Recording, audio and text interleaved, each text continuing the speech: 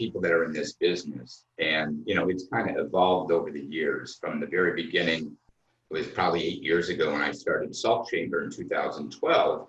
There was only about a dozen facilities around the country, and right now there's probably about 1,200 in North America, and it keeps growing year over year. More and more people are becoming aware of it. I do think there's an opportunity now of really generating good awareness about the respiratory benefits. At the Salt Therapy Association conference last year, we kind of showed people where we were in the state of the industry in terms of this curve. And part of that curve part is getting that education and awareness out there. And I think we're starting to kind of bend that curve a little bit more.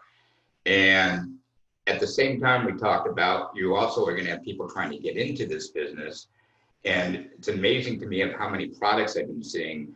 It's all about respiratory now and different claims. We've had a couple of recent things come to my desk where people were making claims of some kind of saline solutions and these misters now. And, the FDA is actually really cracking down hard on some of that.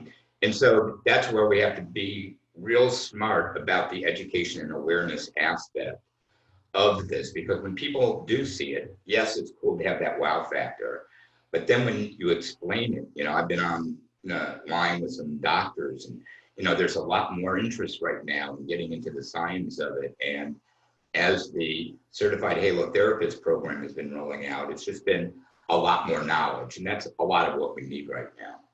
I agree, because we have the information brochures, at the facility.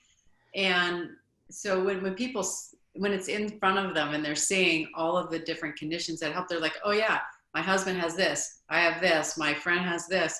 And what's even more interesting is that once they finish the salt room treatment and they come out, one, they don't want to leave. They're like, yeah, we're moving in. And two, we've had people that were dependent on their inhalers for asthma that no longer use them. Right. And we have story after story after story like that. And I think part of what people need to be doing in the industry is, while yes, we need to have clinical studies done now, immediately, collecting all those anecdotal testimonials and to be able to memorialize them is an initiative that I think every facility should really be doing. How do we collectively create those stories and share that information? Because we all have people that we know have stories, right? There's stories out there about people, and it'd be great to have a story about taking a portable salt room and just putting it in a hospital, parking lot for people to be able to go in and get salted. What about getting it to first responders that are, raging fires over in California?